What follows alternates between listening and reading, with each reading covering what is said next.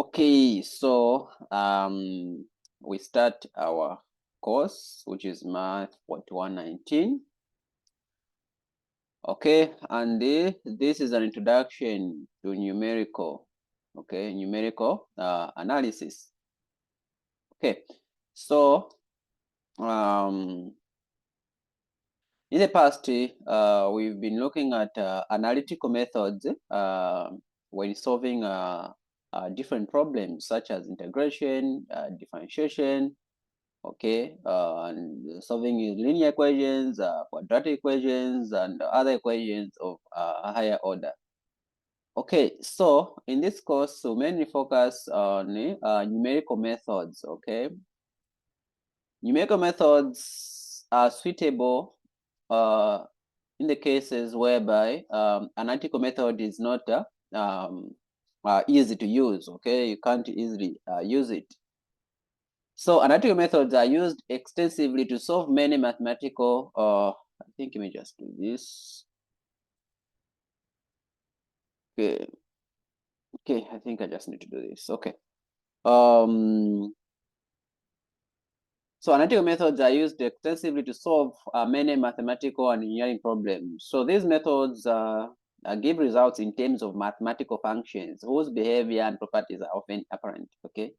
So however, many practical engineering problems are so complex that analytical solutions cannot be obtained, or the cost or effort of performing an analytical solution would be prohibitive. So just like I said, you find that you're going to come across a complex question that you won't be able to solve using the analytical method, or in simpler terms, the direct method that we know by this time.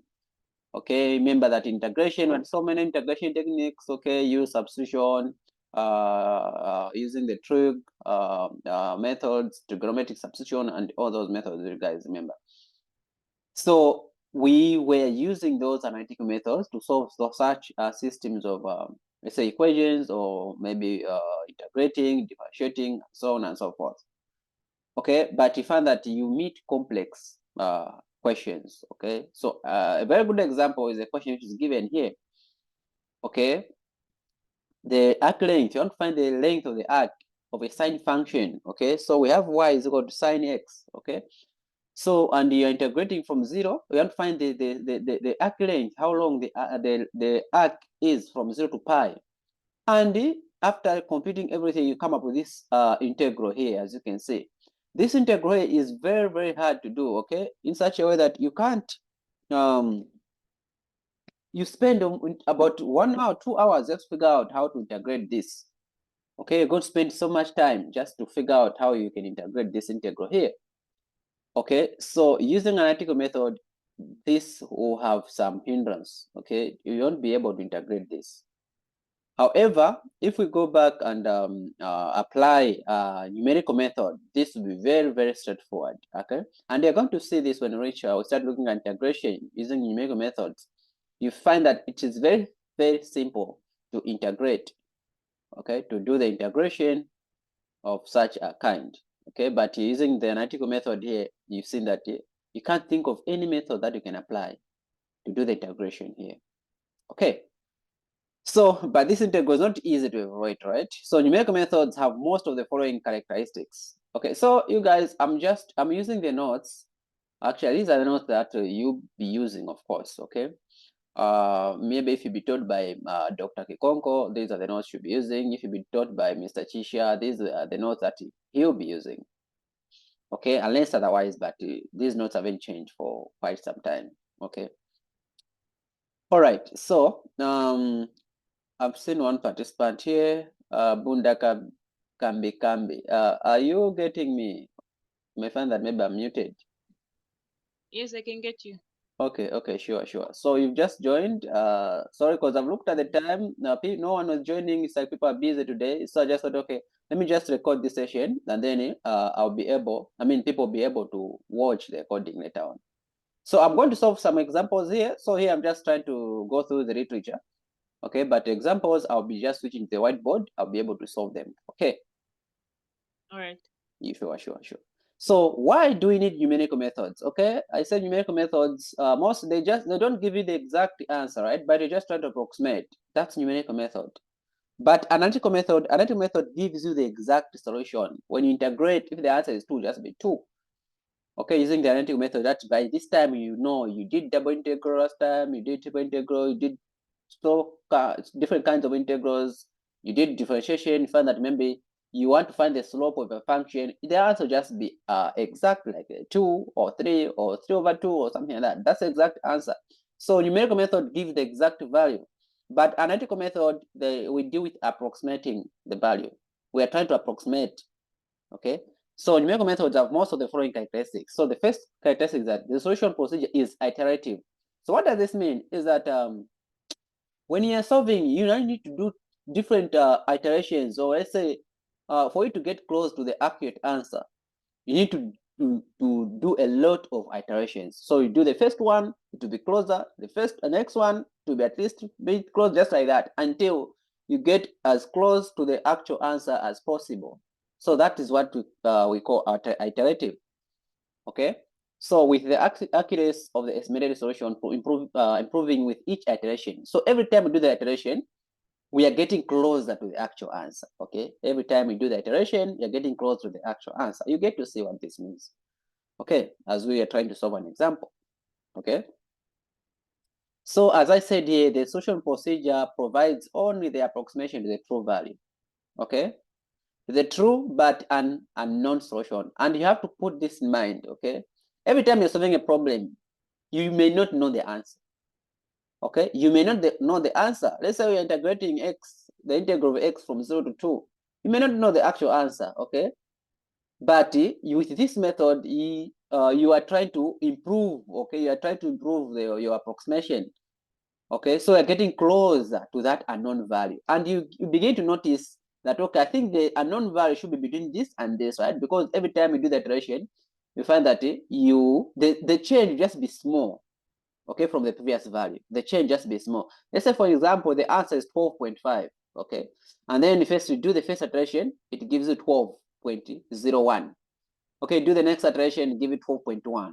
Do the next iteration, give it 12.3, 12.4, 12.44, 12.45, 12.48. Just so you can even notice that, okay, I'm getting close to the answer. So it means the actual value that I'm looking for is in this range.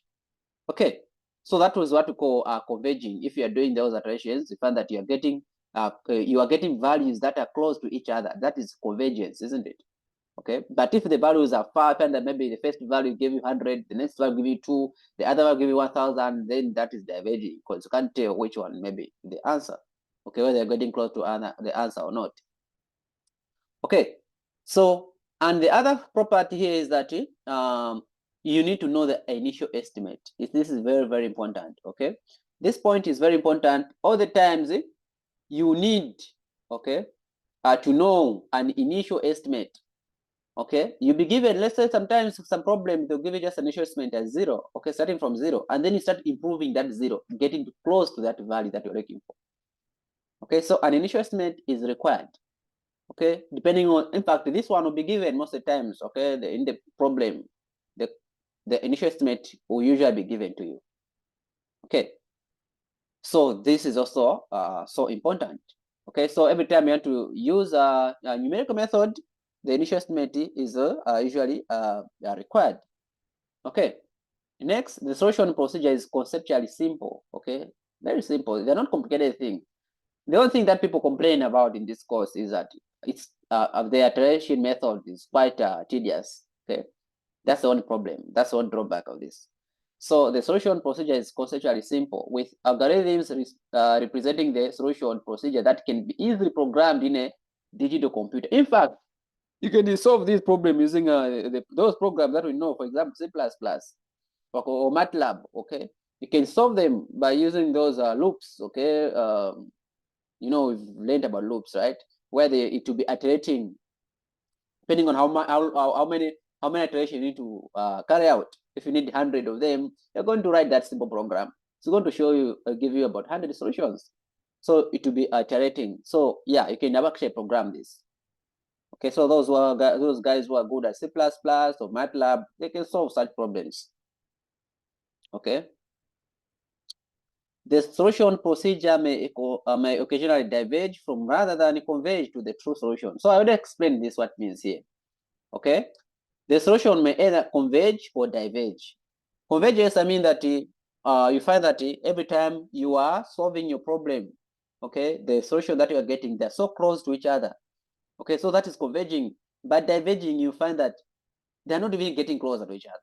Okay, in fact, the space between them is increasing. Okay, or it may be increasing or decreasing, but they're not getting that close to each other. You don't have even a clue to say, okay, this solution is going to converge. Okay, so now let's see. Now let's look at this example here. So the next example, it says the characteristic of a numerical method. I'm going to answer all the questions here, what I mean by converging or iterative and all that, using this example here. So suppose we wish to estimate the square root of x. Okay, x is just a number. You can just define any number that you want. Okay, it can be 1 million, it can be 5, it can be whatever. So the square root of a number, in simpler terms, you want to approximate the square root of a known number. Okay, a non-positive number. Of course, we're dealing with real values. Of course, don't deal with imaginary numbers. Okay, let x naught plus h naught equal to the square root of x. So what does this mean here? X naught is simply the initial approximation of the square root of that value. Okay, let me just give you an example. Let's say you want to find the square root of 14. Okay, you want to find the square root of 14. You know that 14 is a non-perfect number, isn't it? Okay, 14 is a non-perfect number. You can't easily find its square root. Okay, unlike the 1, 4, 9, 16, 25, 36, so on and so forth. Those are perfect numbers. You can easily find their square roots. But if you look at 14, 14 is a non-perfect number. Okay, so what do? You are going to approximate it. You need to find the initial approximation, which is x naught. And what is x naught? X naught is the square root of 14, the approximate root of 14.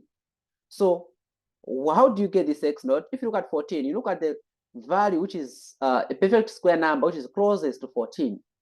So which one is closest? You have 9 and 16 in between, right? 14 is in between. So which one do you think is the closest perfect square number to 14?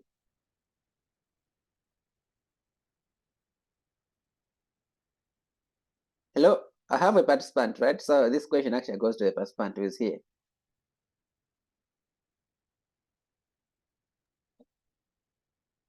Or maybe she has left.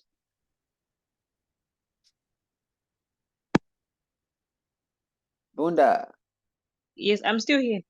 Yes, I was asking. Okay, we want to find the square root of 14. I think you are following me. Were you following, or maybe you are doing something else? Yes, I did, but I didn't hear the question clearly. The Okay, closest I number was saying between that. 9 and...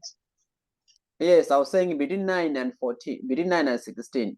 Which one is the Yes. closest perfect square number to 14? The closest is 16. It's 16, right? So what would be your Yeah. x naught here? Remember, we're trying to find the square root of 14.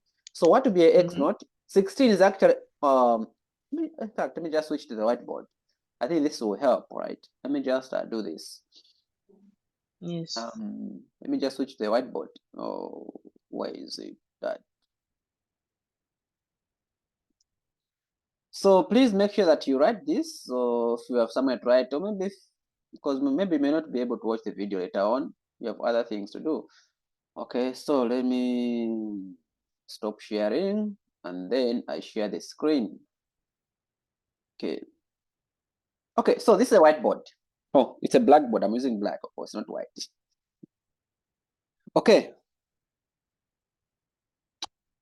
So now I gave you an example, okay, saying, okay, our example here. Are you seeing the screen? What I'm writing? Yes, I can see it. Okay, so an example here is that we want to approximate the square root of a number, okay? Approximate the square root of number x, okay? Where x is a positive integer. Okay, positive integer, right? Okay, so what you need to do here first, the first thing you need to do is to find the initial approximation. That's a very important thing. I even mentioned this. Initial approximation, which is square root of x. So this initial approximation is the square root of x. Okay? And this is given by x naught plus some small value, which is a change. Okay, I'm going to explain what this small value means here. Okay, so for example, I mentioned an example, I said 14. Okay, let's say I want to find the square root of 14. So for the square root of 14, what you need to do here is look at, okay, which numbers are close, which perfect numbers are closest to 14? That's the first thing you need to look at. Okay, so 14 sits between two numbers, perfect square numbers. So 14 is somewhere here, it's not in between, somewhere close to 16. So 14 is close to 16. And it's below 16, isn't it? Okay, it's below 16. And it's above what? 9. Okay. So the initial approximation here, x naught, would be the square root of a number which is closest to 14. And your x naught would be 4. Are we together? Okay. So x naught would be 4. So that you know that if I find the square root of 14, if I find the square root of 14, do you expect this square root of 14 to be greater than 4 or less than 4? To be less than. To be less than 4 because it's not yet 16, isn't it? Okay. Yes. So the square root of 14, it will be a 4 minus some small value that we don't know. So it'll be minus. And if we decide to pick a 9, okay, if we decide to pick a 9, right? Okay, if you decide to pick a 9, this now before will be like this. So if you decide to pick a 9, it will be the square root of 14.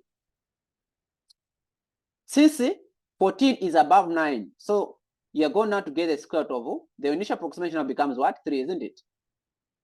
Okay, so initial approximation is the x naught becomes 3 if you decide to pick a 9.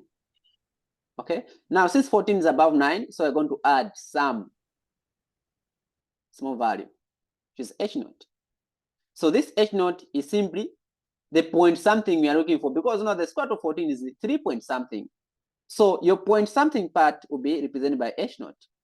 Now it's from here that you're going to start from, and then start doing iterations. I don't know if that is clear. So the next thing I need to show you is to do the iterations. How do you do the iterations? Okay, so I'm going to use the example that is in the notes. Okay, I'm going to use an example which is in the notes. In the notes, we are trying to find the square root of 150. Okay, in the example, we are trying to find the square root of 150. Okay, so the example is in the notes where we are trying to find the square root of 150.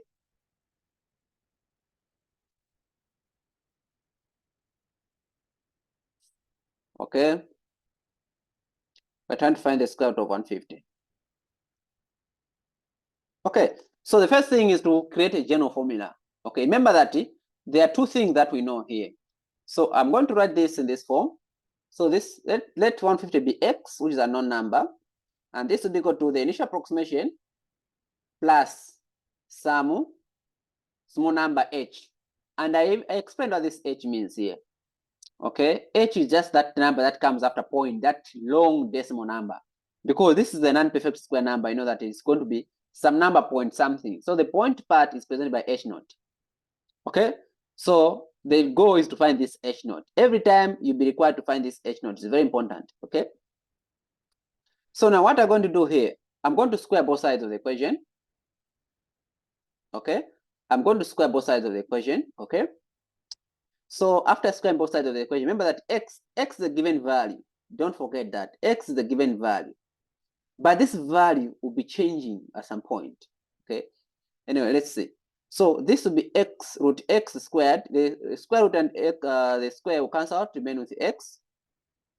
This side, if you try to expand, I think you can expand this. This will be x naught squared plus 2x naught h naught plus h naught squared. Okay, now remember that the goal here is to solve for h naught. I'm trying to solve for h naught. And you guys remember that h naught is very small. Okay, h naught is small number. It's very, very small, right? Take note of that.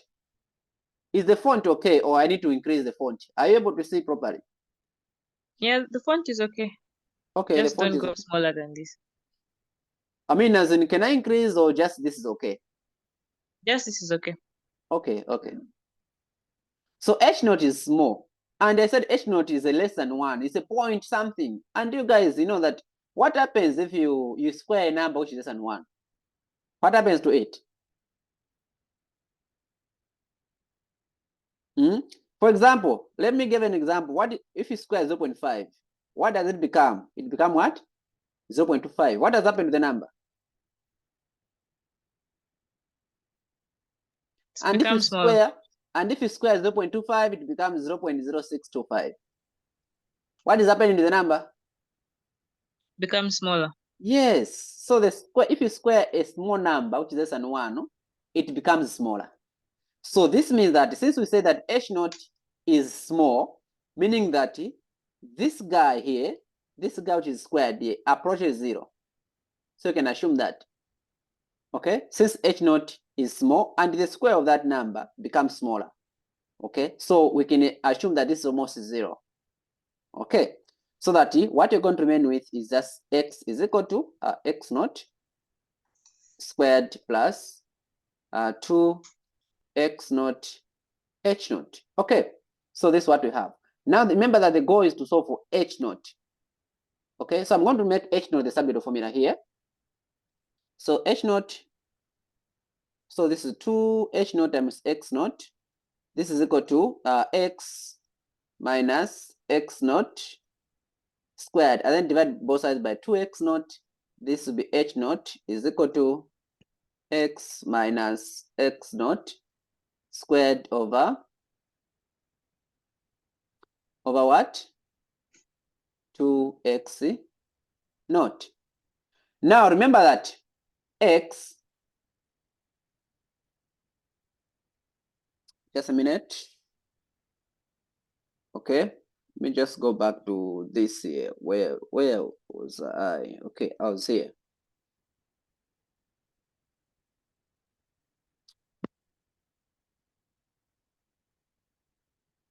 Okay, so this one you need to remember here. Okay, so I was just trying to solve this, right? You need to remember that the approximations here. Remember that we are trying to using the iteration method, right? We want to find different roots. Okay, different roots of that function, of that given number. Okay, different square roots. So the first iteration, okay, the first approximation that is square root will be the initial approximation plus H naught. So H naught here will be calculated by using the formula here. Okay, so to find this next approximation, we're going to add the previous, the one that we guessed, plus our H naught. Similarly, to find the next value, which is square root of 150, we're going to add the previous value, which was the previous square root of 150, plus your new H1 you found. Just like that. Okay, so let me just go back to the board. This is what I'm trying to say here. So our order will be as follows. To find the first value, which is the root, this is the square root of 150. Okay, to find the first value, this will be equal to the previous value plus H naught. And how do you find H naught? H naught is found by this. Okay, to find the next value, which is x2, this will be equal to the previous value, which is x1 this time around, because we're going to use this x1 plus h1. And you can see the pattern. Find the third value. This will be equal to the previous value, which is x2 plus h2. Okay, so on and so forth. So this guy will be updated every time. So we just want to find the initial approximation of H naught already. For X naught, it's very easy to guess. Remember that we're finding the square root of 150. What do you think should be your H naught? The X naught, sorry. Okay, remember that 150 is between two perfect numbers. There's 144 and what else? 169, right? Isn't it? And 150 is in between. Okay, 150 is in between here. Somewhere, it's closer to 144. Isn't it? It's closer to 144 than it is to 169, isn't it? Yes. Yes. So it means that, do we need to use a plus or minus? We use minus. Are you sure? It's above 144, isn't it? Why would you use the minus? Huh? Because this will be up over 12, isn't it? It will be more than 12. The square root of 150 will be more than 12. It will be 12 point something. Because if you choose 144, okay, if you choose 144, and this will give you 12, right? Which is the x1, the approximation, x naught. Okay, so this becomes the x naught. And remember that 150 is above 144, right? So it means that it will be plus another value, which is h naught, we don't know. And this h naught has to be found. If we try to use 169, this will be 13. And 150 is not yet 169. So it means that the square root of 150 should be less than 13. So this will be 13. Okay, so it means the square root of 150 will be 13 minus h naught. Do you get the point here? Yes, I get it now. Yes. So you have to use this guy, right? Because 150 is above that reference number you're using. Okay, 150 is above the reference number that we're using. Okay, so this is now what we're going to do. So since we found our initial approximation, which is the x naught, we found it, which is 12. Okay. So the initial approximation of square root of 150 is simply 12. So my x naught here will be equal to 12. So this is my x naught. Now with this x naught, I need to find the h naught using this formula here. Our x is simply 150. Okay, remember that our x is 150. Okay, this x1, x2, x3, whatever, they're square roots of 150. Okay. So these are square roots that we are trying to look for. We're trying to improve. These are square roots of 150. Square roots of x. Remember that I said that x square root of x is equal to what? X naught plus h naught. So this every time to be updated. The next one to be x1 plus h1. I'm doing the iteration x2 plus h2 and so on and so forth until I stop, I get satisfied. Okay, this is now I'm done. But wait, in the future, you're going to learn when you need to stop. There's what we call stopping criteria. It's given the question, okay, when you're supposed to stop. Because we are doing iterations, you can do as many as you want, but there's always a stopping criteria. Sometimes they may told you, okay, just do 5 iterations. Sometimes they told you, okay, do so much iteration until this is achieved. Okay, I'm going to show what this means. Okay, so now let's get started. Okay. So the first thing, let's find h naught. Remember that we already have x naught. X naught is very straightforward. We just found it from the closest perfect square number, which is closest to 150, right? And we picked 144, but our x naught is simply the square root of 144. Okay, that's our x naught. Remember that we're trying to find the square root. So the square root of 144, that is our x naught. Now let's find h naught from the formula that we just found here. So say that our h naught is simply equal to x minus x naught squared divided by 2x naught. Okay, so let's substitute the values here. What is our x? Our x number is 150, right? That's the value that we are given minus our x naught. Our x naught is what? 12, right? 12 squared. So this will be 12 squared divided by 2 by 12. So what is the first value of h naught? Do you have a calculator? Yes, I'm calculating. Okay.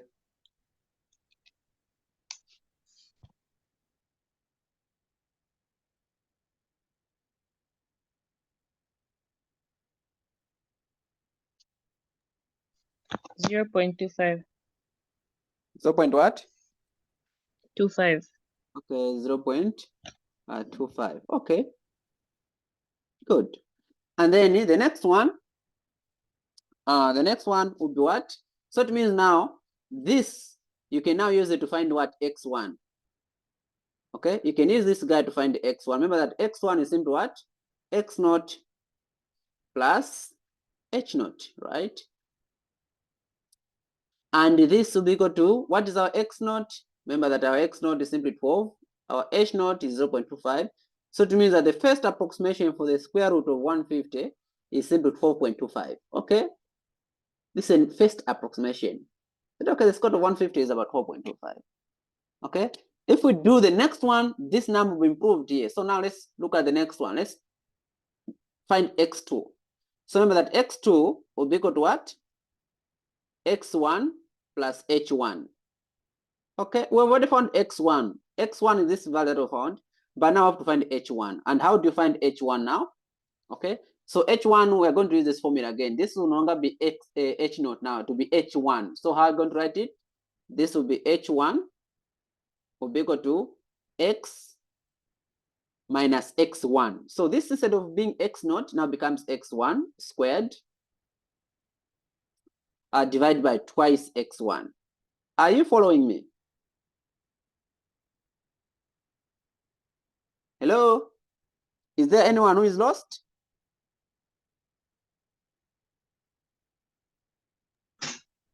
Hello? Is there anyone who is lost? No, it's all right. Okay. So your h1 will be equal to x minus x1 squared over 2x1. So what is your x? Your x2 remains 150.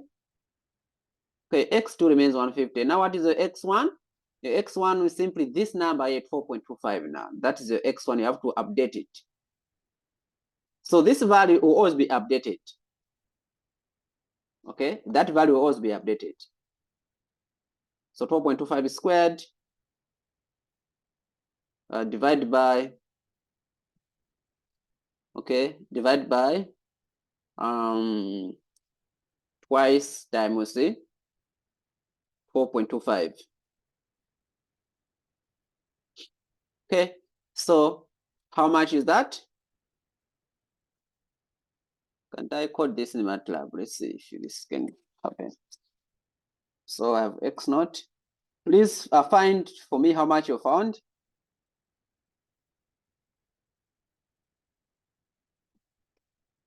Okay.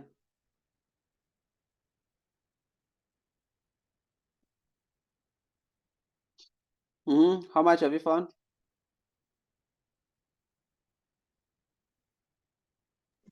0.24. 0.24? Yes. Okay.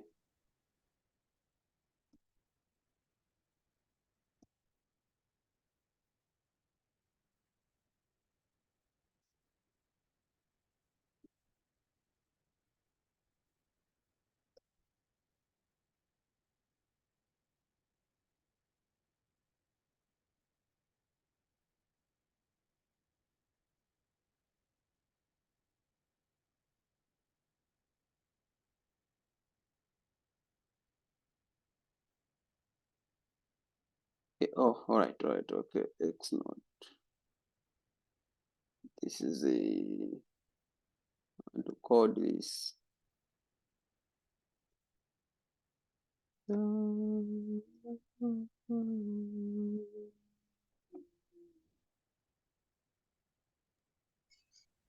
Wait, I don't think I punched that correctly. I need to see the Okay. screen again. Okay. Just a minute.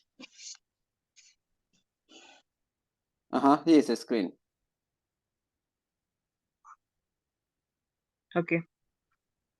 Punched correct? No, it wasn't correct.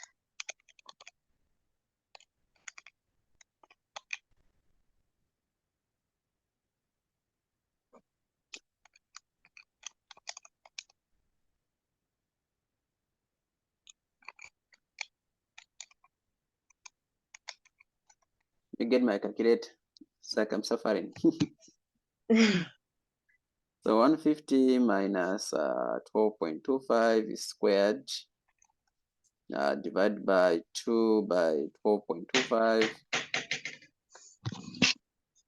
Sorry. 150 minus 12.25 squared divided by 2 by 12.25.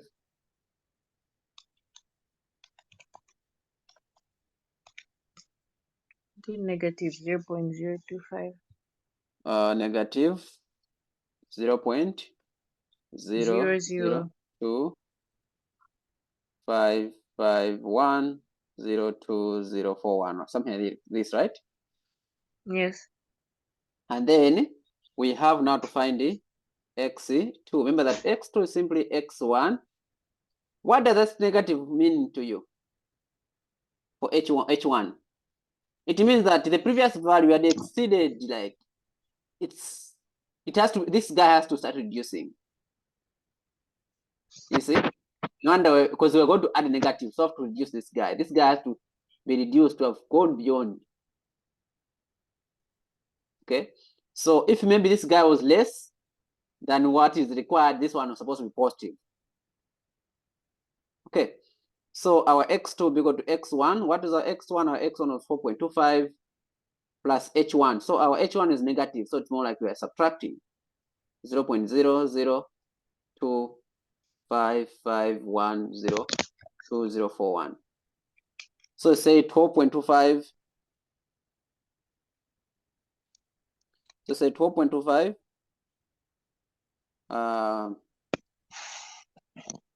12.247. Yes, so you see that it has gone down, right? So x2 now, this is now the next approximation for the square root of what? 150. 247,448,979,59. Okay, so this is the second approximation for the square root of 150. You see that we are actually improving it every time. But if you notice, they're not far from each other. 12.25 and this 12.247. At least you can see that the solution is converging. This is what I mean by convergence. Okay, they're not far from each other. They are not far from each other. Okay, so if we do the next one, you see that it will also be close to the previous value. Okay, so let's find x3. So x3, remember that x3 now will be the sum of what? The previous x2 and the h2. So we need to find the h2 because we already have x2. So the job is just to find the h2. So how do I get h2? So h2 will be equal to x minus this now be x2 squared. Okay, divided by twice x2. So our x is 150 minus the previous value, which is 12 point something, right? 247,448,979,509 squared divided by twice that. Okay.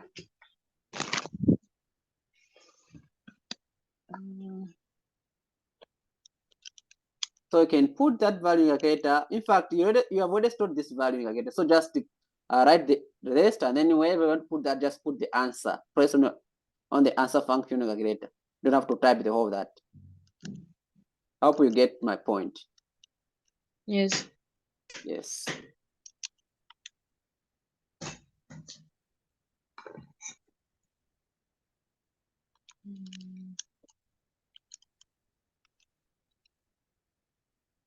So how much you're getting? The number is very small. Like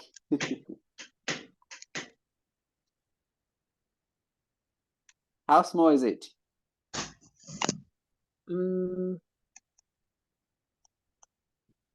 Okay, so these are the values that have been calculated here, as you can see. 0. Okay, it's 8.7 times 10 to the power negative 7. How much? 8.7 times 10 to the power negative 7 is what I was getting. Let's see. And try to punch also. 150 minus. I'm using a phone. I don't have a calculator. 4.2 47 44 89 79 59. I was pressing on the answer. I don't know why it was misbehaved.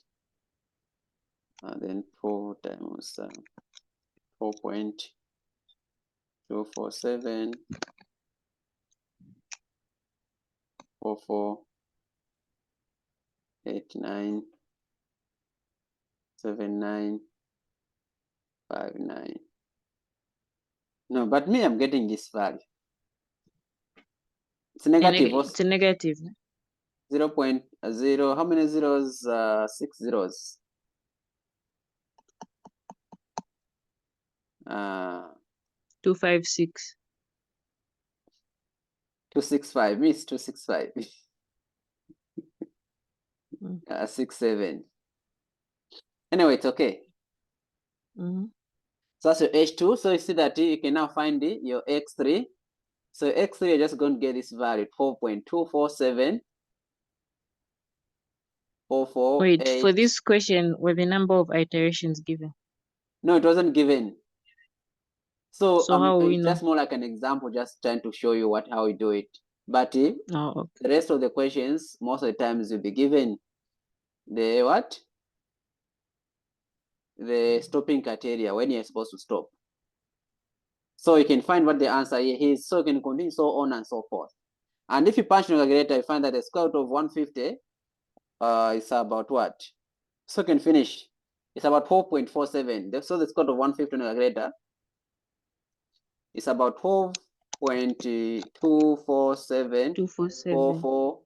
4487192. And if you see the previous value, this one here, up to here, okay, let me just shade this in blue. Up to here, the one of those numbers I've written of let me highlight them. Okay, up to here. You see that they're the same, right? Up to here. Okay. About 5 digits. Is it 5, 6? Here there's a 2, I just forgot. And there's a 2 here, I left it out. For this one, there's a 2 here. Okay. So you see that 6 digits. Okay. They're almost the same. They're the same. So if you can imagine after doing this iteration here, what you're going to get. Very, very close. So you can see that the solution is actually converging. And also this dependent on how your initial approximation, how close is it to the apt value. So for example, if you had picked 169, which is 13, okay, 13 is very far from 4 point something, okay, which is the square root of 150. So you're supposed to do so many iterations. I think you can see the picture, right?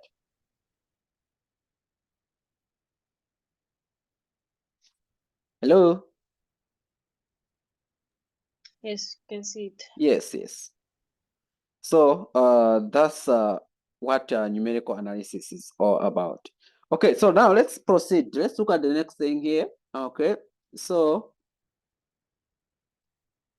we can see that this is the square root of 150, of course. Okay, so now let's look at the disadvantages of using numerical analysis. What are the disadvantages? So although numerical methods have many advantages, they also have disadvantages. And what are those? So the main disadvantages are as follows. They are solved iteratively, and thus more computation time is required. As you can see, just to solve one problem, it needs a lot of time because we are doing so many iterations. Okay, so they are iterative and more computation time is required. An exact solution may not be found. Yes, and this is the truth. Okay, you may not find the exact solution, but you find a solution which is close to the exact value. Okay, it's not that maybe because the answer is 5 and then you say I found a 2. 2 is close to 5. No, that's very far. And then so anyway, since I'm doing with a numerical method, even a 2 is okay. Even if since the answer is 5, even a 2 is okay. It has to be very close with a very small error. Okay, small absolute error between the two values. Initial estimate of the solution are often required. You see, as I said here, for you to do this, to use this method, you actually need the initial estimation of the solution. You need the initial, where to start from. This is very important. Okay, because without the starting point, you may not be able to use the numerical method to solve any problem. Okay, so thus any numerical method is judged by how reliable it is, how fast it is, and there's so many numerical methods that are going to see. Okay, we're going to learn that. Okay, if you are dealing with this problem, you're solving systems of equation, this method is faster than this one. Okay, you see that you find that you're solving the same question using different methods. You find that the other one it's going to converge so quickly than the other one, the other method. You get to see that. Okay. So it's up to you now to choose which method you're going to use, and most of the time they specify. Okay, in the questions, in the exam, the test, they're going to specify, okay, use this method, find so much, do so much iteration, or you stop after you have achieved this this criteria, after this criteria has been fulfilled. Okay. Since the solution to a problem by numerical method is not exact, error analysis and error estimations are often necessary. Now let's look at the same error analysis we're talking about. Okay, so an error in estimating or determining a quantity of interest can be defined as a deviation. Okay, error is simply a deviation from its non-true value. How far you've deviated from the true value, that's the error, isn't it? Okay, so in numerical analysis, we usually encounter the following types of error. So what are those types of error that you're going to come across when doing numerical analysis? The first error is called inherent error. Okay, so what is this inherent error? This is an error caused by using data which are approximate or due to limitations of the computing aid, such as calculator or computer. If I tell you that the calculator doesn't give the exact value of this answer, even that square root of 150 we got, it's not the exact square root of 150. Okay, because the calculator will give you up to some digits. It won't give you the whole, those numbers that come after decimal point. So what you're going to do is to get that value, even if you copy the whole lot of it, you start using it in your equations or whatever, that answer is not the exact one still. It's an approximate. So that is inherent error. Even if you use a computer, you do programming, whether MATLAB or C++ or whatever, or Java, it's going to give you those values. But those values are given based on the accuracy of the computer itself. Okay, they won't give you the whole value. Like the computer won't give you the whole value, the exact answer, as long as it's dealing with some decimal points. It won't give you the whole value. So just give you the estimate based on its accuracy. Okay, so that is what we call inherent error, because you're using the estimated values. Okay, and the next one is called truncation error. Okay, so this error is caused by using approximate formula in computation. So this one, you use the formula, which is just an estimate. And a very good example I'll give is what we just looked at. Here, when I was getting rid of that h naught squared because it's so small. Remember? Remember here, right? This one. Do you remember what I did? I said, okay, here I want to solve for h naught, but looking at h naught squared, I just had to ignore it, right? I said, h naught squared is so small as compared to h naught itself. So it becomes small. So I can just assume that that is 0. And that was the first error I made. Okay, that's the first error. I've used a formula which is an estimate. I've truncated some part of it. I didn't use the whole formula. Okay, so that is what we call truncation error. And also at some times, or you see in the future, I'll be using some series. Okay, like Taylor series, Maclaurin series. You know, a series doesn't end, right? Okay, a series doesn't end mostly. It goes up to infinity. But at some point, just going to truncate. So, okay, I'm going to end up to this term. Now, what has happened with what you have left, the other term that you have left? Okay, so that will be now an estimate. It results into a very big error also. So that is what we call truncation error, okay, caused by using an approximate formula in computation. Okay, so for example, when a function is evaluated from an infinite series for x after truncating it at a certain stage, a truncation error does arise. So this is exactly what I was talking about. Okay, and the next is round of error. So what is this round of error? So this is a type of error of inherent. Okay, so it's kind of an inherent error. Yes. Remember that what inherent means? You're using approximate values, right? From the computer or from the calculator. Okay. So this is a type of error of inherent which arises because the arithmetic performed in a machine or computer calculator involves numbers with only a finite number of digits. So for example, you are doing your calculations. You just say, okay, this number is too long for me. Let me just be using it to 3 decimal places or to 4 decimal places. And then you start using that number in the next or proceeding stages. Okay, you substitute in the next stage, and all that error will keep on accumulating because you've used the approximated value. You rounded it off, okay, to 2 decimal places, to 3 decimal places, and then start using it. It will affect other values in the future. So that is what we call a round of error. Okay.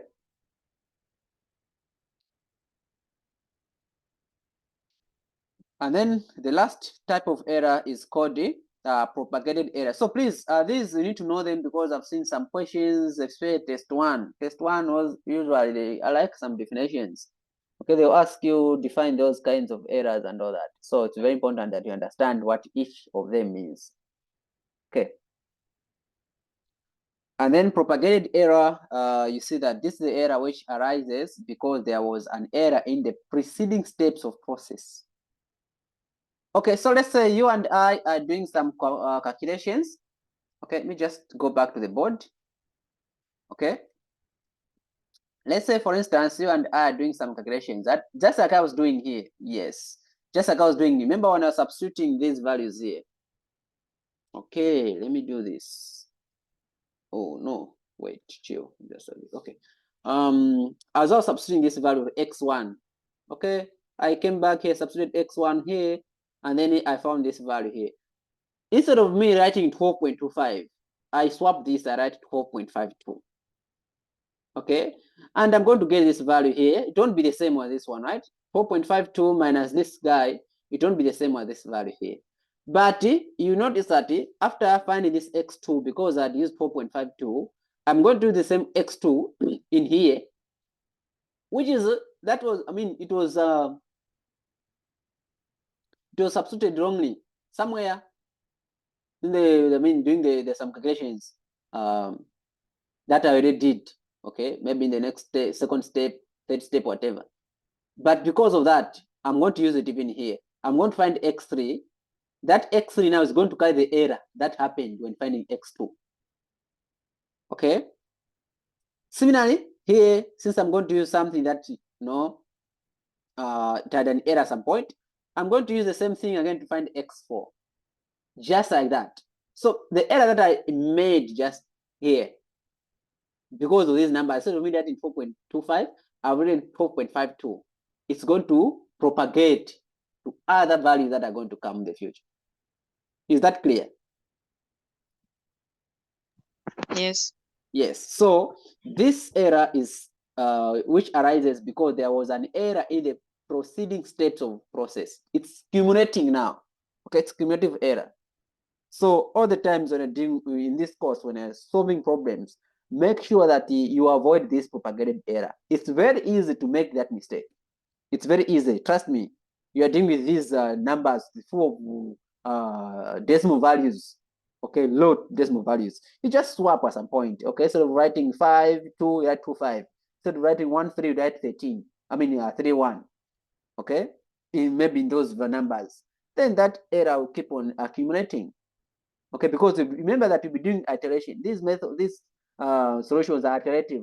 So because of the error that you did at some point in the past, it's going to accumulate and affect other values in the future.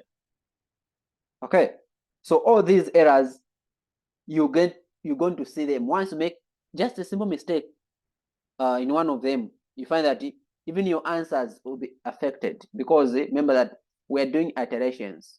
We're just not ending on one value, just finding the value, and then we end just like that. We iterate. Okay. Okay, so if an error stays at one point in a process and does not aggregate further as the calculation continues, then it's considered a numerical stable error. Okay, so let's say at some point you made an error, a mistake, as you're doing your calculations, and then you find that that error doesn't affect other solutions in the future. Okay, it doesn't affect any value in the future. That error is called what? Stable. It's stable. It doesn't affect other values. Okay. So that is stable error. So this happens when the error causes on a very small variation in the formula result. Okay, it doesn't affect that much. Okay, so the value, it says the value is supposed to be 2 point, or let's say the value is supposed to be 3, and then find 2.998. That error is so small, right? Okay, so it doesn't affect much the end result. So that error is called stable error. And if the opposite occur, okay, if the opposite occurs, and the example I can give again is the same one. Try, if you try to substitute 12.52 instead of 12.25, is it going to affect the final result? Will they, maybe, is there going to be a very big difference between the actual value and what you've calculated? But if there won't be very big difference, then that error will be called a stable error. Okay, but if the effect will be very much noticeable in the output or in the final solution, then that error is not stable. Okay. So any question? I think I can pause at the moment. Maybe I can get some questions from you people. Mr. Kasapo, how are you?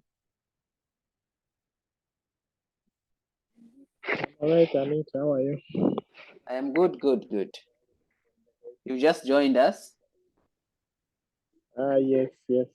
So I just need, I think, to watch the video afterwards so that I can follow it properly. Okay. Oh. Okay, so we can proceed. Okay, we can proceed. From the lady, is there a question? No, it's all right. We can proceed. Okay. So now let's look at how we can determine the how big the error is, because it's very important every time you're doing the calculations, you have to know how big the error is. Okay, so we are going to use that. We're going to know how big the error is by using two terms. There's what we call absolute error and the relative error. Okay, I'm sure by now you have an idea of what absolute error is and what a relative error is. So absolute error is simply the difference between the true value and the estimated value. So here in this case, P star is considered as the approximate value, and P is considered as the true value. Okay. So the difference between the two, actually, it can't be negative, right? If you're asked to find the absolute error, make sure that it's absolute.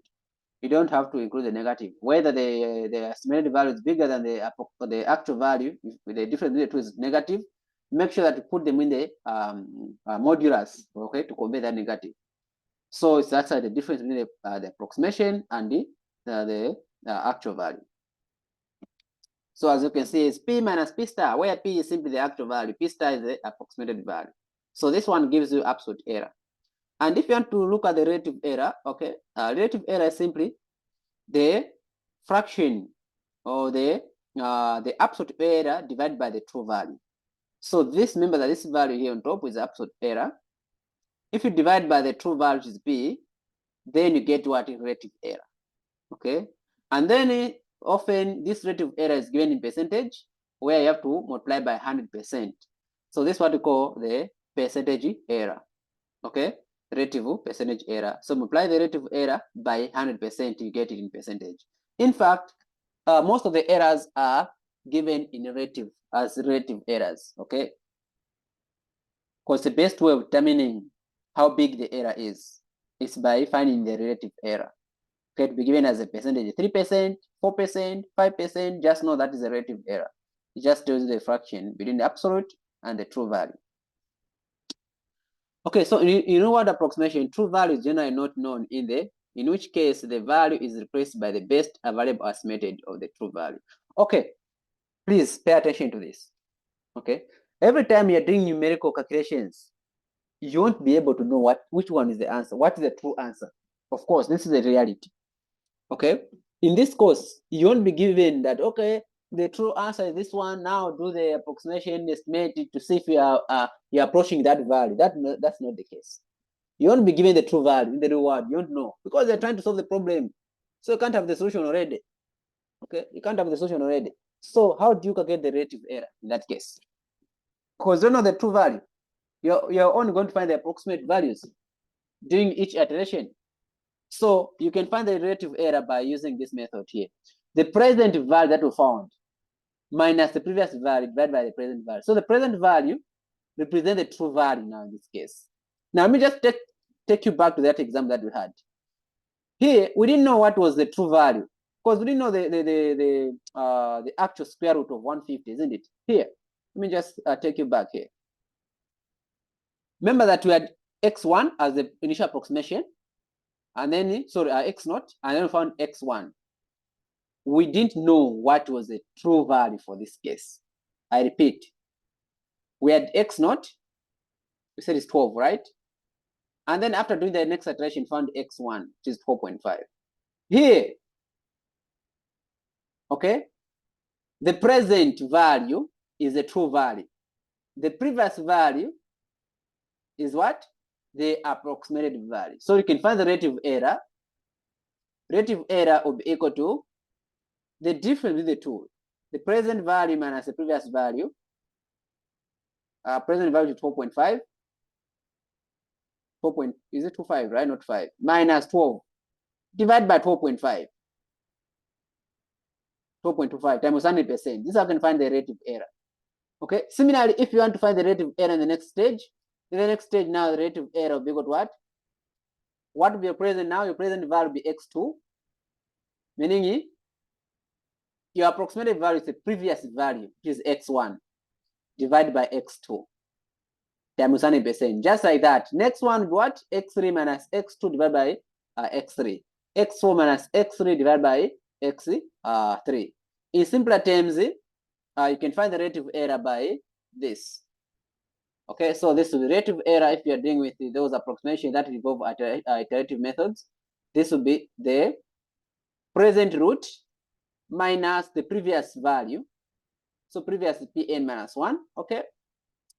Divide by the present, which is Pn. This is how you're going to find the rate of error most of the times, times 100%. And this one will be used as what? A stopping criteria. Take note of this. So you are asking that how do I stop to do the iterations? How do I know that now at least my iterations are enough? This is one of the stopping criteria that is going to be used. Are you there? Yes, I am. This is So one of for the like stopping criteria that is going to be used. Okay. The question will come saying that find the or whatever that is going to ask you, and make sure that your answer approximate relative to this order. Let's say the approximate, it should be within this order. Let's say 10 to the power negative 2, which is 0.01. What does this mean? This means that every time you're doing iteration, you have to check this. And this value here, you only stop when this value is less than or equal to 0.01. That's stopping criteria. I don't know if I'm communicating here. yes, so you're saying that, for instance, we're trying to approximate the root of 150.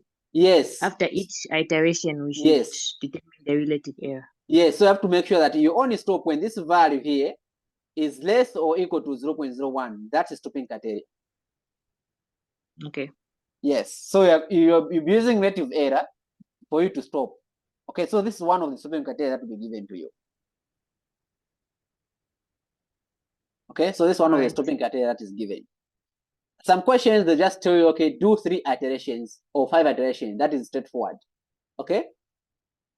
And then there's one more iteration that they usually use. I'm going to show you just as in the next few minutes.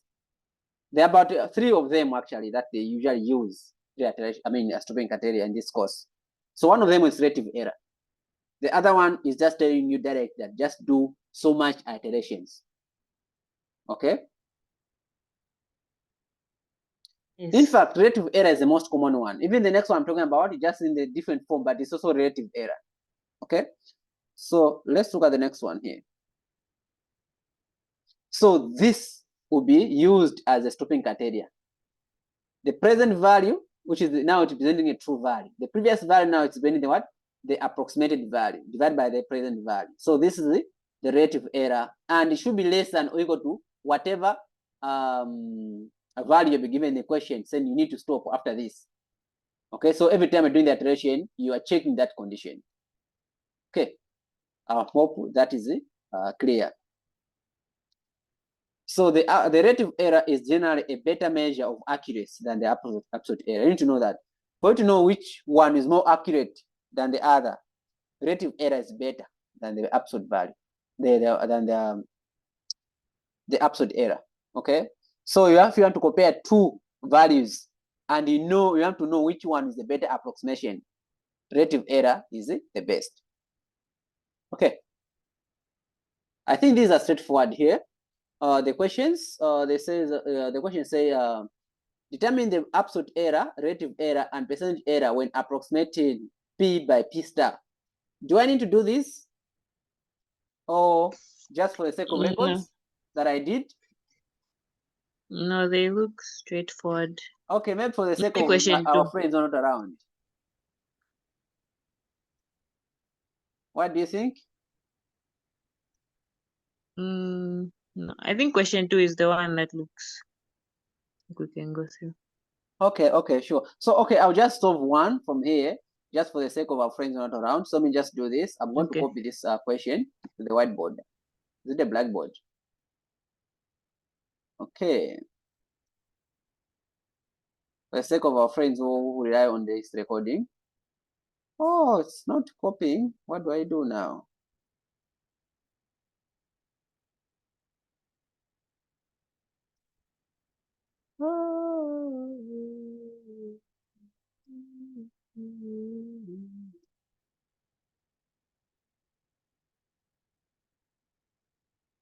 I wanted to copy it. It's fine then. Let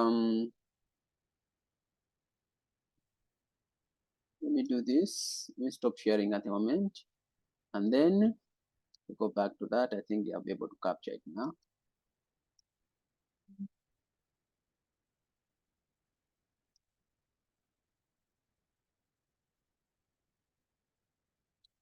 Anyway, it's failing to be captured. So there's nothing I can do. It's failing to be captured. Imagine. Okay, fine. Let me just share the whole screen. Okay, so I'm going to, I think this I can just do it here.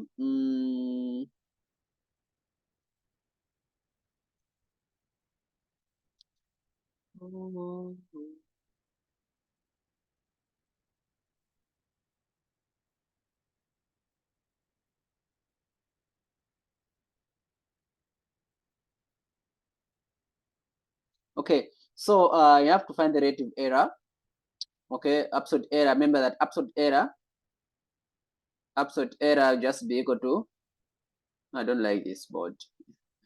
It's just equal to what? The P minus P star. Okay, that's all. So you just have to subtract those values, right? So our P in this case is 0.300 times 10 power 1. And then our P star is simply this here. So subtract those two values. You can use calculator, that's the absolute error. And then relative error, remember that relative error is simply what? The absolute error that we found divided by P, which is the true value. Okay, and then the percentage, just multiply this by 100%. I think that is very straightforward to do. Okay, so let me just focus on the other problem, which is problem number 2. So problem 2 says, what do I need to do here? 3 approximate values of P, which is equal to 1/3, are given as 0.30, 0.33, and 0.34. Which of these is the best approximation? I know that for you to know which one is best approximation, you have to find their relative error. I think I've said this, right? You can know the best approximation by finding the relative error. So you have these values here. You have 0.30, 0.33, 0.34. And these are P star. These are approximations. And then you have the actual value of P, which is 1/3. You want to find out which one is the best approximation of 1/3.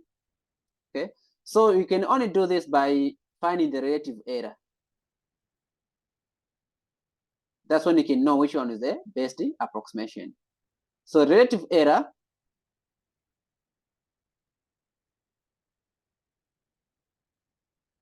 yes, please come in, is equal to P come in minus P star come in.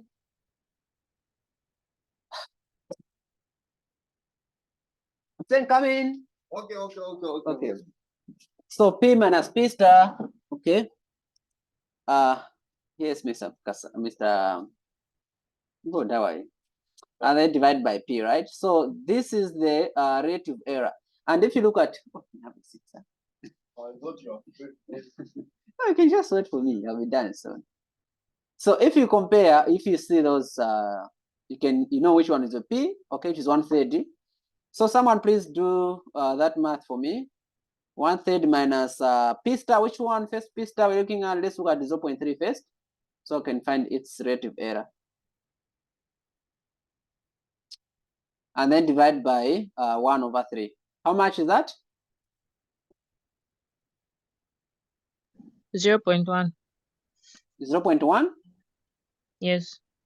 Okay, so 0.1. If you multiply this by 100%, I think I like putting them in percentage so that I can see properly. It's 10%, right? Yes.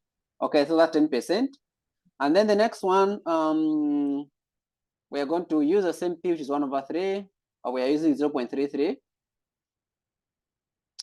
Divide by 1/3. Oh, sorry, we need absolute values here. The modulus. How much is that? 0.01. 0.01. Okay, so this is about 1%, right?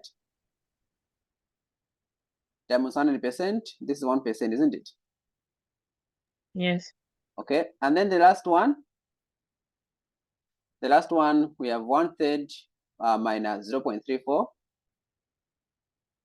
Okay, and then divide by 1/3. How much is that? 0.02. 0.02.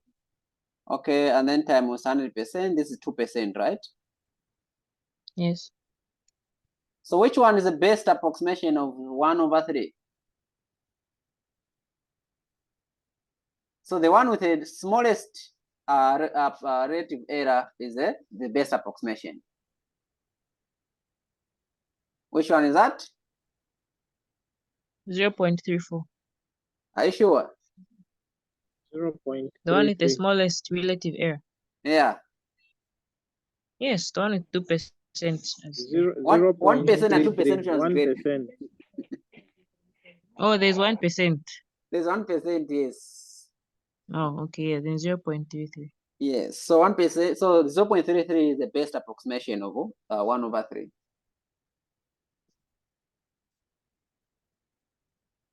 Mr. Remiso. It's the best approximation. Okay. So it means the measurements were more accurate if maybe you're measuring something. Okay, so the measurement were more accurate as compared to the other values. Those guys who measured 0.34, those guys who measured 0.3, and then you measured 0.33, you are more accurate than the rest. Okay. Another question, please. Okay, let's look at this part here. Okay, this is the last part we're going to look at today. I think. Just go fast. All right. All right. Okay. So you can see that therefore we conclude that 0.33 with the smallest relative error is the best approximation. Okay. This one actually will be often used. Okay, this one, you need to pay attention. This one mainly used in stopping criteria when you want to stop your iteration. Just like it's a relative error also, but it will be asked in different way. You may not know it. The question will be asked as approximate this value to 3 significant figures. And you, the first thing you're going to think of is 3 significant figures or digits that you already know. Okay, if the answer is, if you say 3 significant figures, I have to do this. Okay, maybe it's a decimal number 0.102 is 3 significant figures, or 3.10 is 3 significant, whatever it is, but that's not the case, okay? That's not the case. That's not the significant figure you know. Are we together?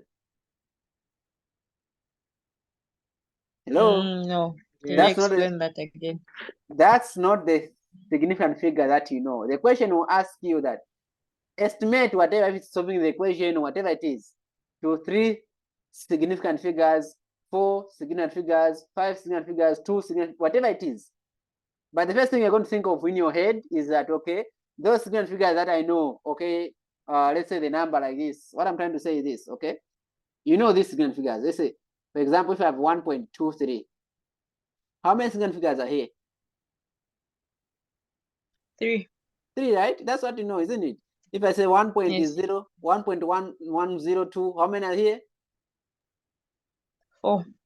Okay, if I say 0.20, how many are here? 2. Yes. If I say 0.0200, how many are here? 3. There are 3. Yes, this is what you know as far for now. But in this course, when you see such a question saying, for example, let's say the previous question that we're looking at, and they're asking you that estimate it to 3 significant figures, and then you write your answer like this. Where are those answers? Where is that problem here? You end up writing the answer as the 3 significant figures. Then I have to write 12.2, and then you're even moving out of the exam room or whatever, you're smiling. This is not correct. Okay, so this is the criteria is going to be used. It's a stopping criteria. It tells you when you're supposed to stop. And this one is mainly focused on the relative error. Okay, so this is what I'm talking about. The number P star is set to approximate P to T significant digits or figures if T is the largest non-negative integer for which, remember this is relative error. The relative error P minus P star over P is less or equal to 5 times 10 power negative T. So this T here is the one that is talking about significant digits, this T here. So if they say approximate your answer to 3 significant figures, what they're trying to tell you is this. Every time you're doing the iteration, your relative error must be less or equal to what? Who can tell me? If they say, okay, solve this problem and make sure to approximate your answer to 3 significant figures or digits, means that your relative error must be 10 to the power negative what? 3. You get the point?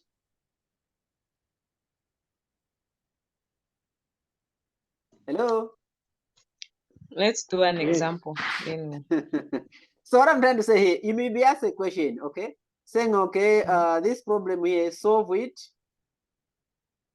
and give your answer, solve it to 3 significant digits or figures, right? It's an iterative method. This means that you'll be doing your iterations, you'll be comparing the previous value minus the present value, the present value, relative error. And you'll be doing the iterations, and you only stop when you have reached this, which is what? It's 0. What? This is 0.005, isn't it? When you finally achieve this, that is significant figures. When your relative error is less than or equal to this, 0.005. That's what it means. oh, okay. You get the Makes point sense. now? Yes. Yes. So this one, it's the same as the one that I already explained about relative error, but this one, it will be asked in terms of significant digits or figures. Most of the times they go up to maybe 3. They can't go up to 4. It means you have to do a lot of iteration. It means that you have to stop when it's 0.0005, and this is too much. You have to do a lot of iterations for relative error to be as small as this. Okay. Okay, I'm sure that is clear now. Okay, you get to see when Yes, as we'll it be is. solving questions in the future. You see, okay, this is actually what I talked about. Okay. All right. Yes. So now let's go. Let me go back to the notes. So the notes here. the following numbers are accurate to t significant figures. Find t in each case. Okay, so this is a problem we're going to look at. Okay, so let me just okay, this is not how the question is going to come. In case maybe it will be just a simple thing. Yeah. Oh, in fact, we have a problem here. This problem I'm sure I'm going to solve it tomorrow. I don't know if I still have time today, but I'll see if I can solve it. This is one of the examples. Have you seen how it comes? Yes. You've seen it, right? Yes, this is how it comes sometimes. The question will come like this: estimate if the power 0.5 to 3 significant figures using that. And you start saying, oh, now what is this? What am I doing? What is that? I don't understand what he's trying to say. Okay, so you just estimate it, okay, to those 3 significant figures that you know already. And that is wrong. Okay, now the following numbers are accurate to t significant figures. Find t in each case. So let me just could you please copy them for me and then you shout out when I go to the board, to the whiteboard? The ones on question 1? Yes, question 1A, B up to C.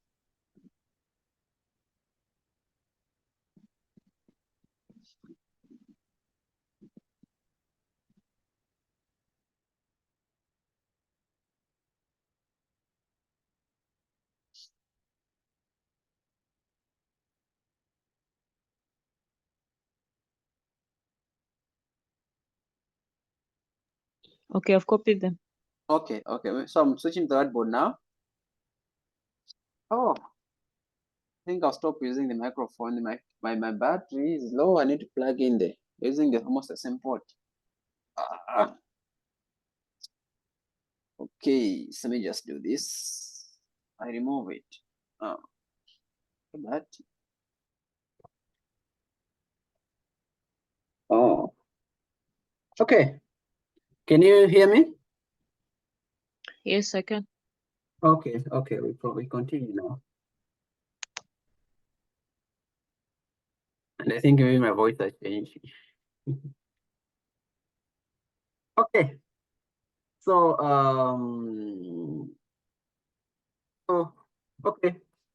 What was A? 1036. 1036.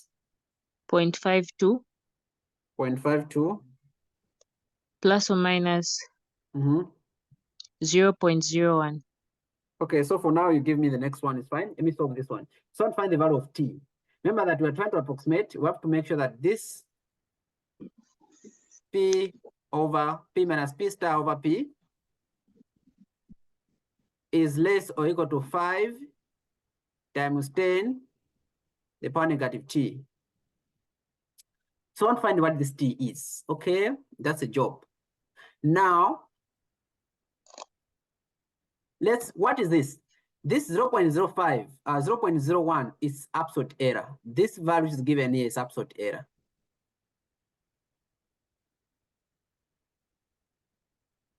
Take note of that. So we have to find the relative error. You are given the absolute error and its value, so we have to find the relative error. Okay, so relative error seems the absolute value, the absolute error divided by the true value. So this will be 0.01 divide. All the times when the question is given like this, so you are given like 2 plus or minus 0.2. This value which is always given is absolute error. Okay, not relative error, please. So you can find the relative error from that if you want. Okay, so let me just find the relative error here. This please find for me how much is that. Don't put in percentage, and you have to make sure that it's less than it. So to find the t, what value of t is going to make this value less? How much is that? Divide them for me. 0.00009647. 0.00, how many zeros? 5. 9647. 47. And this should be less. Okay, now, before I write that, how you have to find the number value of t, right? Remember that our goal is find the value of t. You have to make this value to be less than 0 point. So since now, how many zeros are here? 1, 2, 3, 4, 5, right? 1, 2, 3, 4, 5. Okay, if I put a 5 here, will this value less than 0.005? Huh? Because I'm Yes. comparing zeros, right? How many zeros do I have? We have 5 zeros, right? Isn't it? Yes. And here again, I'm going to do the same thing. Let me try to write 5 zeros or so. And then the next value I can replace with a 5. Is this true? Yes. It's not true. Are you sure? Let's look at the first digit after 0. Here we have a 9. Here we have 5. Which one is less? Which one is great? Is this equation true? Inequality, is this true? No, the No, inequality it's is not. not true. But It's not 5 true, is right? less than 9. So for this inequality to be Mhm. true, I have to do this. This 5 has to replace one of the zeros here. Then the inequality to be true. So I have to destroy this 0 here and then replace the 5 here. Then this will be true. Are we together? So that now I can write this in standard form so that I know what value of t am I dealing with. So this is 1, 2, 3, 4, 5. So this is it. 0.000009647. And this is true, it's less than what? 5 times 10 power negative what? 5. So this means that our value of t is equal to 5.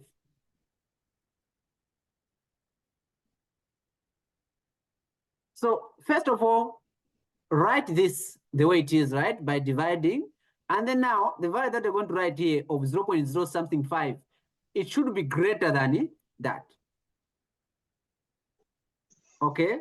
So it means that one of the zeros here has to be replaced if it is not achieving that criteria. But if it's okay, then don't replace anything. Let's look at the next example. Give me the next one. Maybe you understand better. How was it? 9.321 9.321 plus minus 0.1. 0.1. Okay, again, let's repeat the same thing. 0.1 over that 9.321. This guy should be less or equal to 5 times 10 to the power negative t. The t, we don't know it. And how much is that?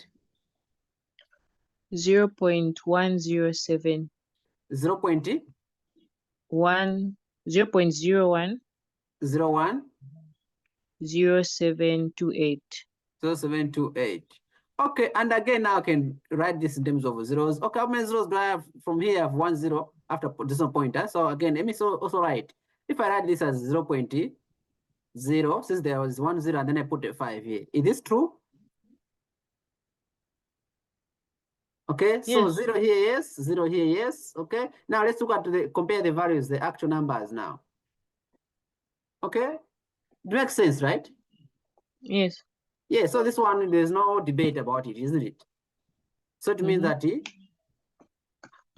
if we write this in standard form, this becomes 5 times 10 power negative what? This is 5 times 10 power negative what? 2, eh? Yes, negative 2. So what is the value of t? 2. Yes, so this one, there's no debate. Let's look at the other one, see?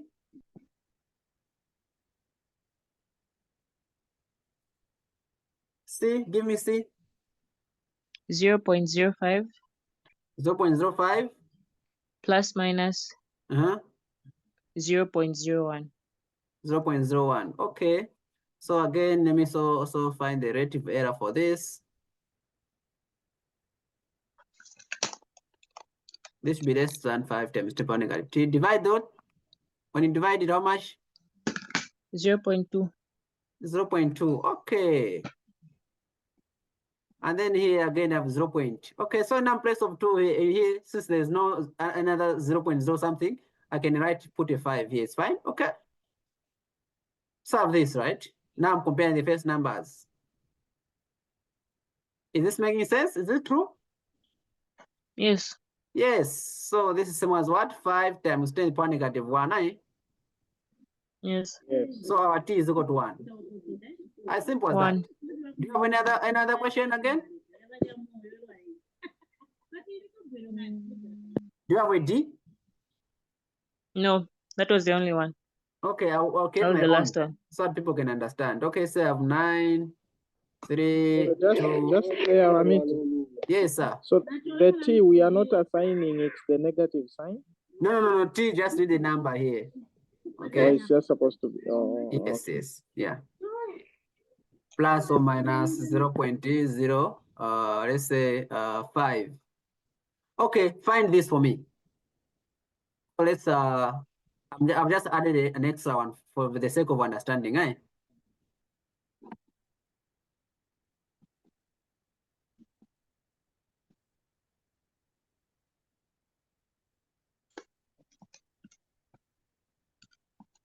Okay, so divide that. How much do you get?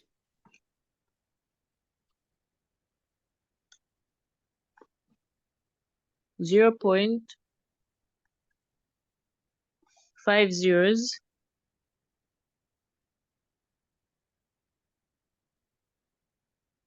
Okay, I'll change it. Let me do this. Sorry, I'll just put. Okay, let me do this. No, not like that. Let me put a 9 here. Yes. Because it's like I'm repeating the same thing. Now divide. 0.0000 4 How many zeros. zeros? 4. Okay. 96511. Still, what is a number that is going to be less here? Anyway, that's going to be less than 5. Again, I can write this. First is 4 zeros for the first, and then let me write 5. Is this true? No. It's not true, right? So what do? I have to Q 1 0 here. Yes. Yes. So I'm sure you even see now the pattern, isn't it? Yes. So now this will be true. You don't change the actual value. The only change you have to make is the side. Okay. So that now what will be value of T? 3. Are you sure 3? 4. Not 4. So we only shift the 5.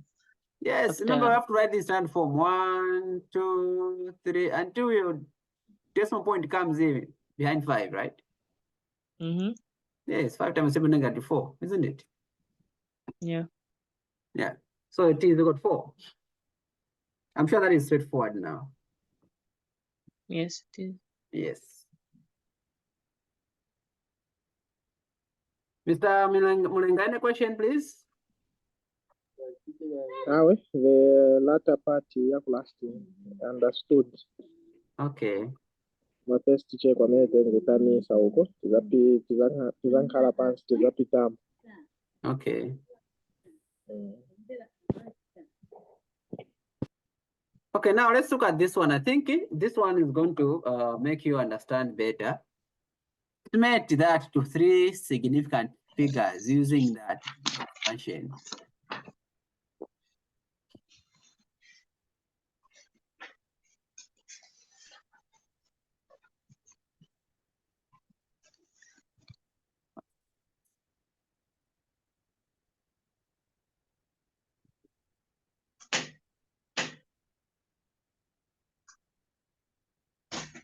Okay, so I'm trying to estimate.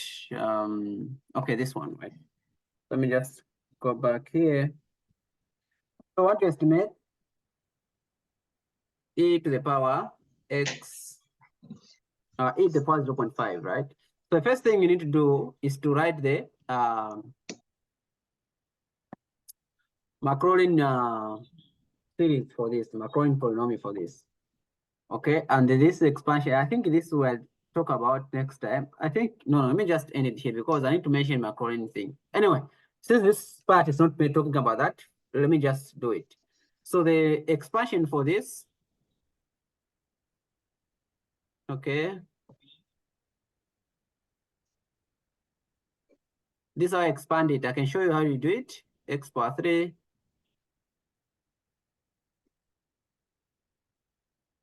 X power 4. It goes like that. I'm sure you've seen this before, right? You have an idea of how this expansion is done, right? Yes.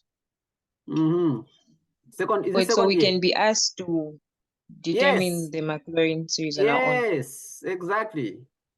So which other series? Even Taylor series or just Taylor and Maclaurin, Maclaurin? yes, these two.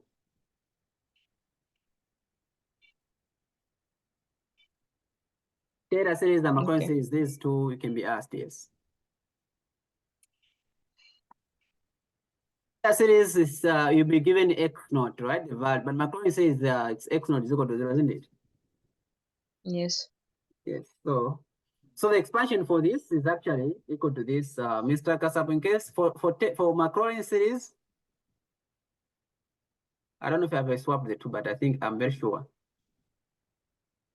Okay, if you have expansion f of x, you want to expand it.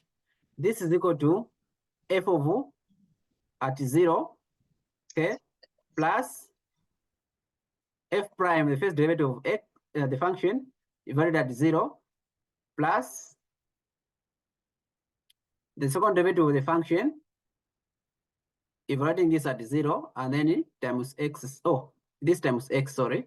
This have to multiply by x, and then divide by, since it's x squared, you have to divide by 2 factorial, and then plus the third derivative of the function, evaluate this at 0, times x power 3, divided by 3 factorial, this is a formula, plus the fourth derivative of the function, evaluate this at 0, times x power 4, divided by 4 factorial, plus so on and so forth.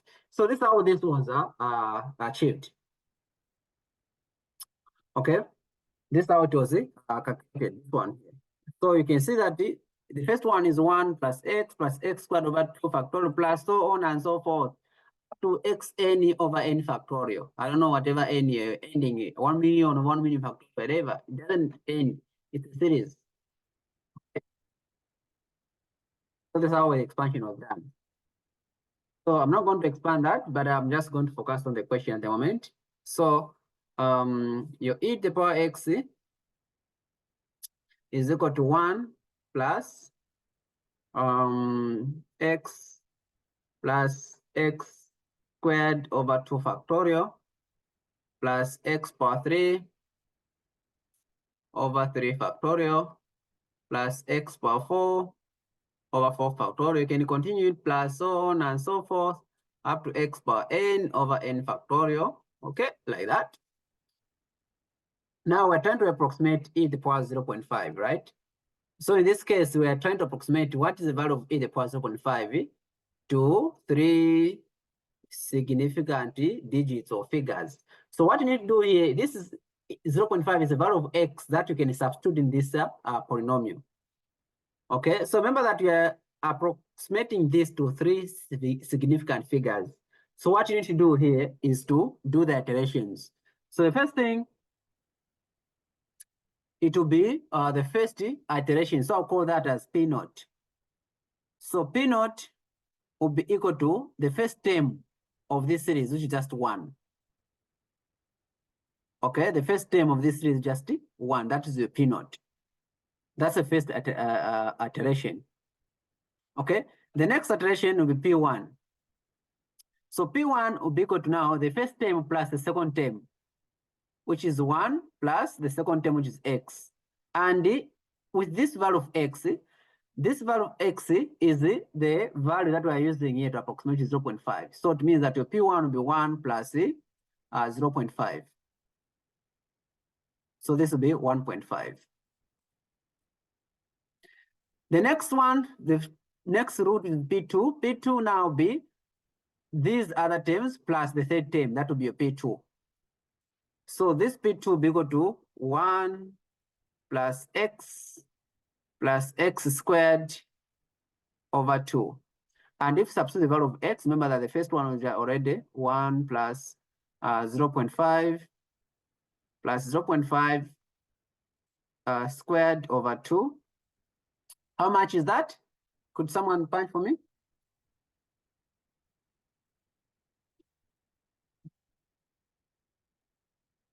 Hello?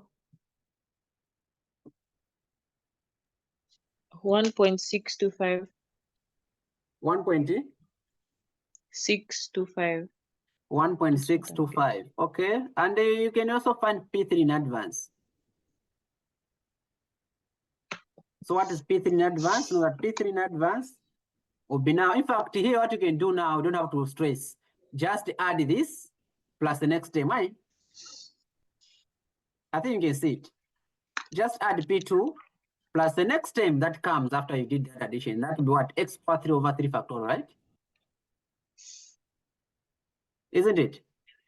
Yes. Yes, it's the same thing, right? Okay, so this is 1.625 plus your x 0.5, so 0.5 the power 3.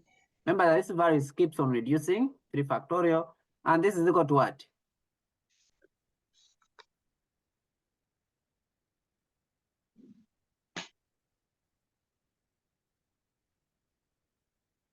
How much is that?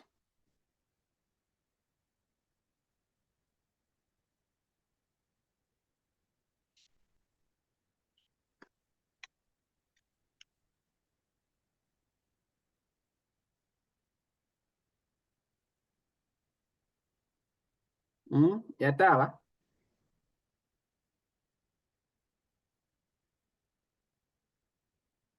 Yeah, so maybe also on a 3 factorial. Just write 6 then if you can find 3 factorial. 3 factorial is same as 6, right?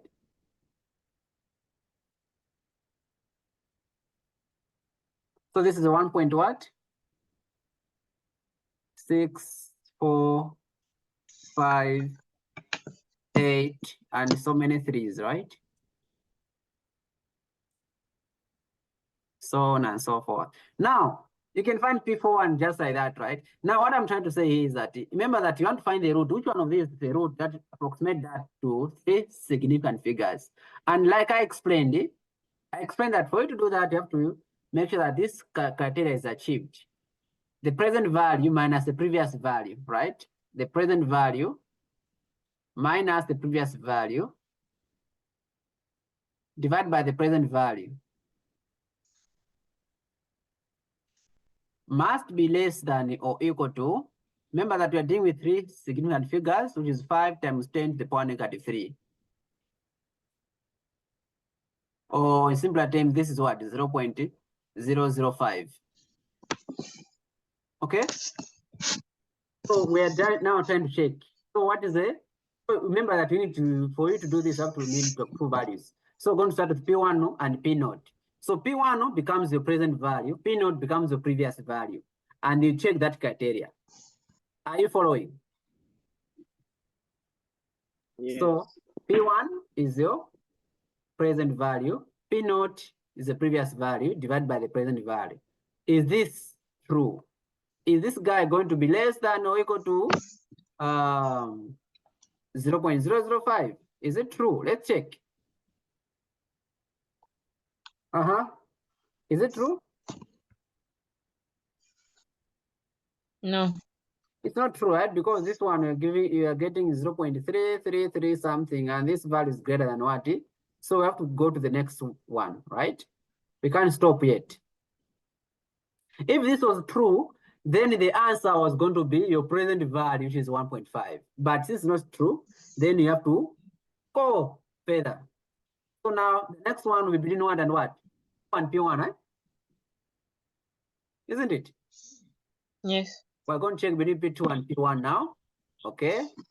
And check that condition. If that condition is fulfilled, you have to make sure that this value is less than 0.005. Let's check.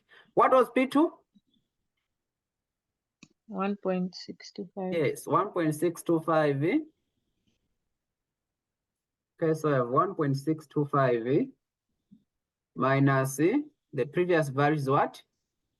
1.5, right? Divide by 1.625. Let's check if the condition is true, okay? And we are trying to check, make sure that this is less than 0.005. Let me see. Okay. So 1.625 minus 1.5 over 1.625.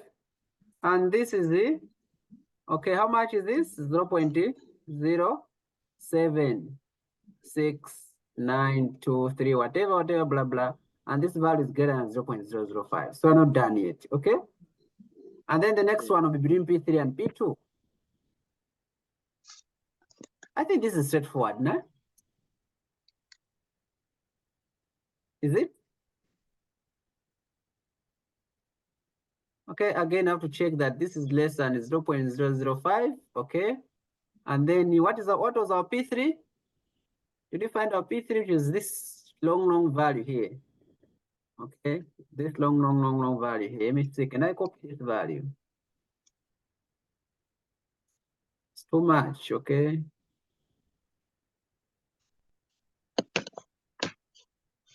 I can only duplicate it. I can't copy it.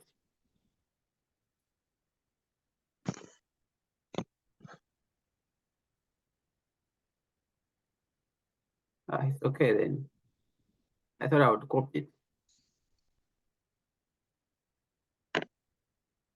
Give me that value. How much was it? 1.64. 1.64. 58 and 98. 58. Oh, 58. Okay, 58. And the threes. Threes. So I can write this as much threes as I want myself. It's fine. But anyway, I'll just end here.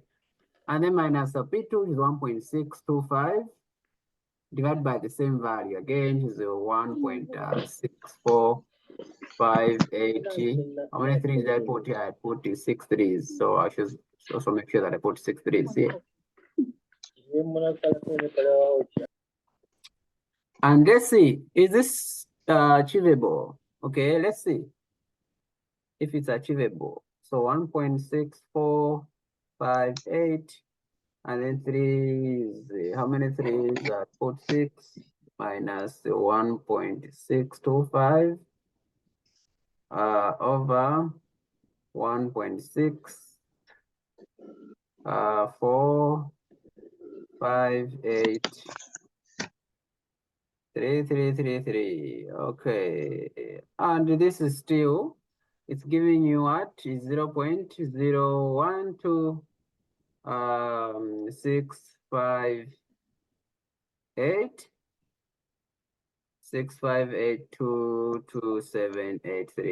and this is still greater than 0.005.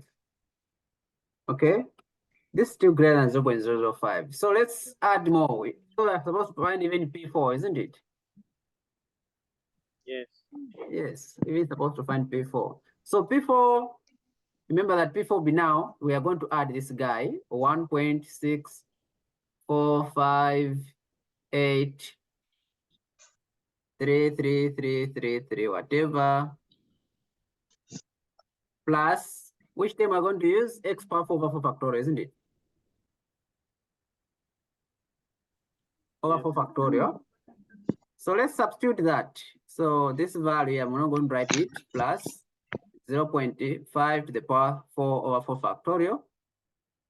How much are we getting? Let's add those. Okay, so 1.645833333. I don't know how many threes are there. Plus 0.5 to the power 4 over 4 factorial. So this is the 1.68,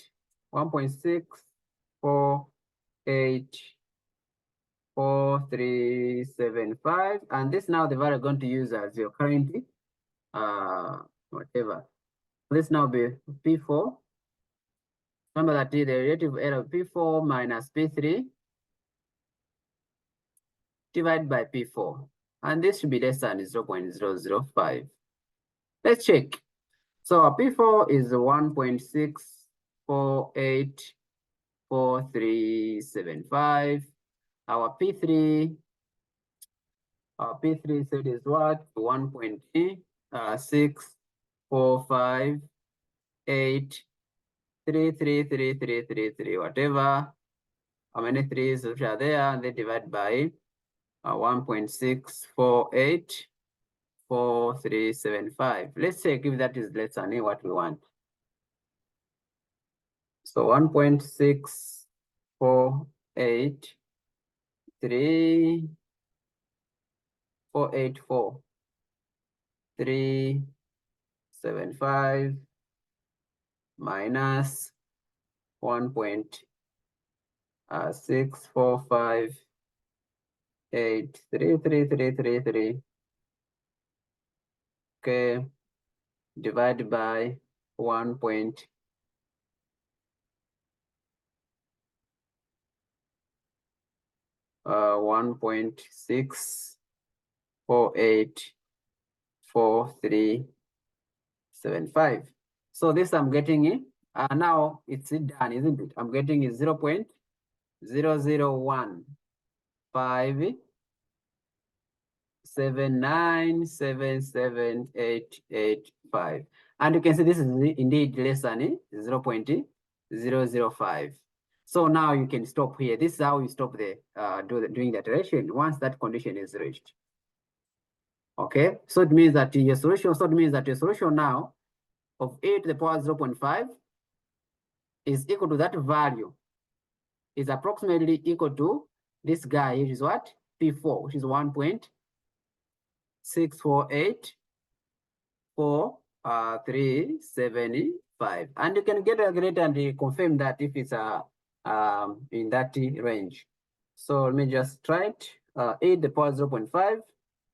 I'm getting, if I use my calculator here, okay, if I use my calculator here, 8 to the power 0.5, I'm getting 1.64872 212.707. So if we had said, okay, let's do this to 5 significant figures, the more we increase the number of significant digits, the closer we get to the actual answer. Okay, are we together? Is this clear? Yes, sir. It's clear. Yes. So this is how we use the stopping criteria of significant digits. So maybe if it's just the error given, whatever, this is how you stop. At every iteration you do, you check if you have made that condition. Okay. Is there any question? Please feel free to ask. Is there any question? For me, I think the latter part is okay. You just need to go through what you did earlier. Okay. So I think next time we just need to finish this. We're almost done with this lecture. Lecture 1. Okay, but we will. Okay, so here there's actually some kind of error. We'll also look at the error series here, error series expansion. Okay, so this is the next thing we're going to look at. And then we'll finish this with some examples here. Okay, find the secondary polynomial for that and all that. And then you just finish the example. That will be the end of this lecture. And then we'll look at lecture 2. That one will now look at how you solve equations, okay? Linear equations, quadratic equations, okay? Using the numerical method. I have a question. Yes, please. If we can go back to there where we're determining the values of P0, P1, P2, and the Okay. question we were just from doing. We had e raised to the power 0.5, and then from there we were adding 1 to that. Why did we add 1 plus 0.5?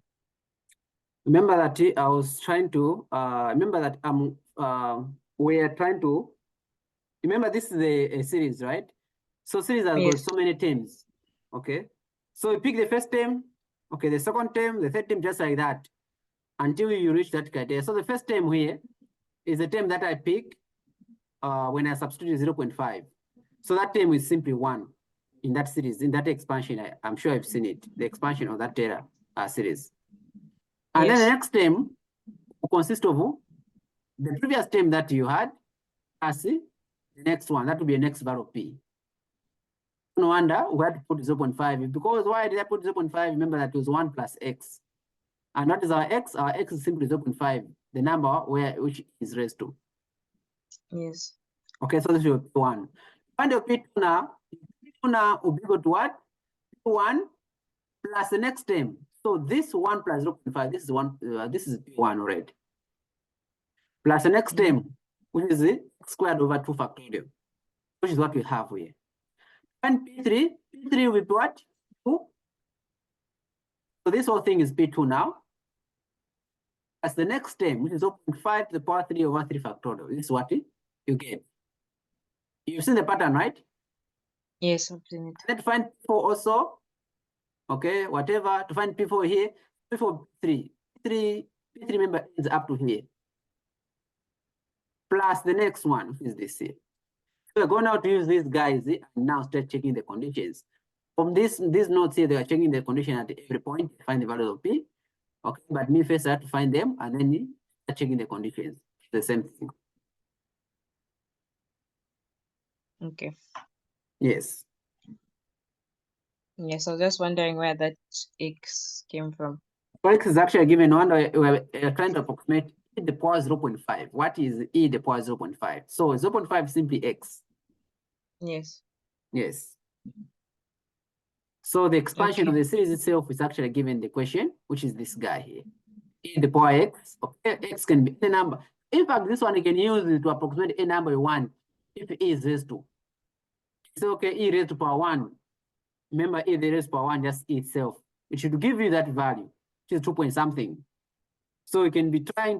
I don't know if you want to say, okay, let me just do it 3 to 4 figures. I see how accurate I'm going to be. Or to 5, or to whatever, any value of x you want to put in that place. It's okay, but in this case, we're finding the square root of x. No wonder we found that value. The square root of x, of course. Okay. Which is e to the power 0.5. Remember that 0.5 is simply the root, the square root. Yes. Yes. Please, any question again?